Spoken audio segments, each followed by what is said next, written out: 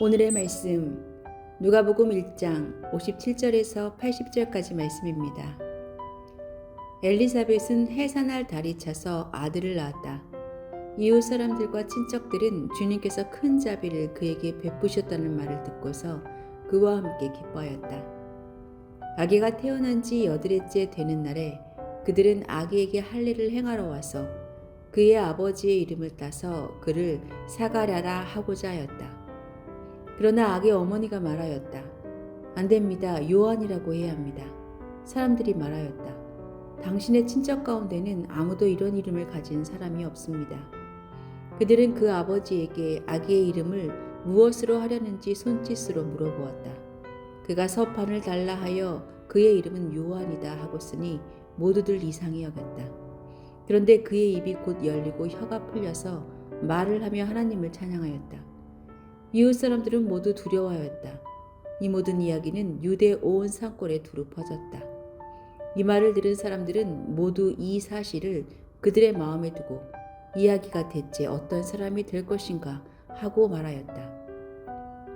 주님의 보살피는 손길이 그 아기와 함께 하시는 것이 분명했기 때문이다. 요한의 아버지 사가랴가 성령으로 충만하여 이렇게 예언하였다. 주 이스라엘의 하나님은 찬양받으실 분이시다. 그는 자기 백성을 돌보아 속량하시고 우리를 위하여 능력 있는 구원자를 자기의 종 다윗의 집에 일으키셨다. 예로부터 자기의 거룩한 예언자들의 입으로 주님께서 말씀하신 대로 우리를 원수들에게서 구원하시고 우리를 미워하는 모든 사람들의 손에서 건져내셨다. 주님께서 우리 조상에게 자비를 베푸시고 자기의 거룩한 언약을 기억하셨다.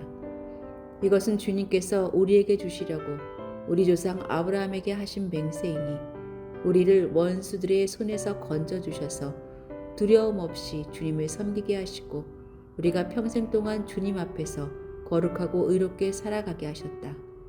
아가야, 너는 더없이 높으신 분의 예언자라 불릴 것이니 주님보다 앞서가서 그의 길을 예비하고 죄 사함을 받아서 구원을 얻는 지식을 그 백성에게 가르쳐 줄 것이다.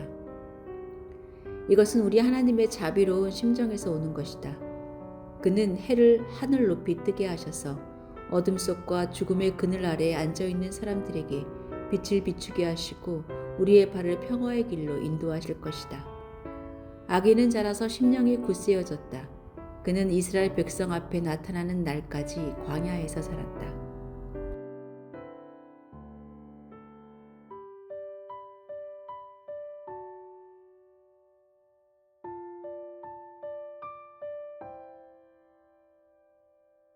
갱신은 이미 있던 것을 새롭게 한다는 의미를 가지고 있습니다. 보통은 기존의 계약 관계를 연장할 때에 기한을 새롭게 연장하고 계약 조건을 수정하는 절차를 거치는 과정입니다. 그러나 시간이 지나면서 쓸데없는 것이 더해진 것들을 제거하고 본래의 모습을 되찾도록 하는 행위도 갱신입니다. 처음에는 깨끗하던 자동차와 엔진이 사용하면서 연료의 찌꺼기가 남고 주행 중 들러붙은 이물질로 제 기능을 발휘하지 못할 때 세척을 하고 엔진을 청소하면 소음도 줄어들고 훨씬 가벼워지는 것과 같이 영적으로도 사람의 때가 끼면서 본래 모습을 잃어가는 우리의 신앙을 갱신하는 노력이 필요합니다. 마리아가 돌아간 후 해산할 기한이 차서 엘리사벳은 예언대로 아들을 낳고 8일 만에 할례를 하게 되었습니다. 기쁜 소식을 듣고 모인 이웃과 친족들은 하나님의 긍휼히 여기심에 기뻐하며 아이의 이름을 사가랴라고 하자고 합니다. 그러나 엘리사벳은 아이의 이름을 요한으로 할 것이라고 말했고 아직 말을 못하던 사가랴도 서판에 요한이라는 이름을 써서 동의하는 의사를 표합니다. 그 후 사가랴의 혀가 풀려 말하면서 하나님의 구원을 찬양하고 아이가 지극히 높으신 이의 선지자로 불릴 것을 예언합니다.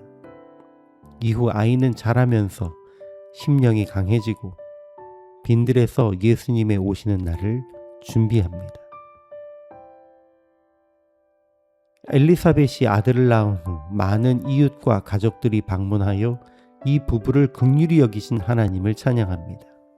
그러나 그들은 하나님의 뜻과 계획보다는 사람의 전통과 관습을 더 중요하게 생각하는 이들이었습니다. 그래서 그들은 아이의 이름을 아버지의 이름을 따서 사가랴라고 하자고 말합니다. 그러나 엘리사벳은 이미 요한이라는 이름을 천사에게 부여받았고 아버지 사가랴도 그러했습니다. 그러므로 세례 요한이라는 이름은 사람의 전통, 관습을 넘어선 하나님의 주권과 명령에 순종하는 행동을 통해 부여받았습니다. 그런 요한은 예수님의 길을 준비하고 백성에게 구원을 알게 하는 선지자가 되었습니다. 구약시대가 말라기 선지자를 끝으로 마무리되었지만 요한은 신약시대를 여는 선지자로 사명을 감당합니다. 구약시대의 제사장들은 제사를 집례하며 종교 의례를 주관하는 역할을 감당했고 선지자들은 율법과 관계없이 습관화된 종교 의례로 화석화된 신앙생활을 하는 이스라엘 백성들에게 계시된 말씀을 선포하며 신앙의 갱신을 요구했습니다. 이제 사가랴를 통해 선지자로서 주의 길을 준비하는 자라 소개된 세례 요한은 바벨론 포로에서 돌아온 이스라엘 백성들이 기록된 말씀을 넘어선 규례들을 통해 관습화된 유대교의 종교 생활을 주님이 계획하신 구속사역의 경륜에 근거하여 갱신하고 예수님의 길을 예비하는 사명을 감당하게 되었습니다. 우리의 신앙도 의례적이거나 습관화된 것이 아닌지 말씀에 비추어 보며 항상 갱신하려 하는 노력이 필요합니다.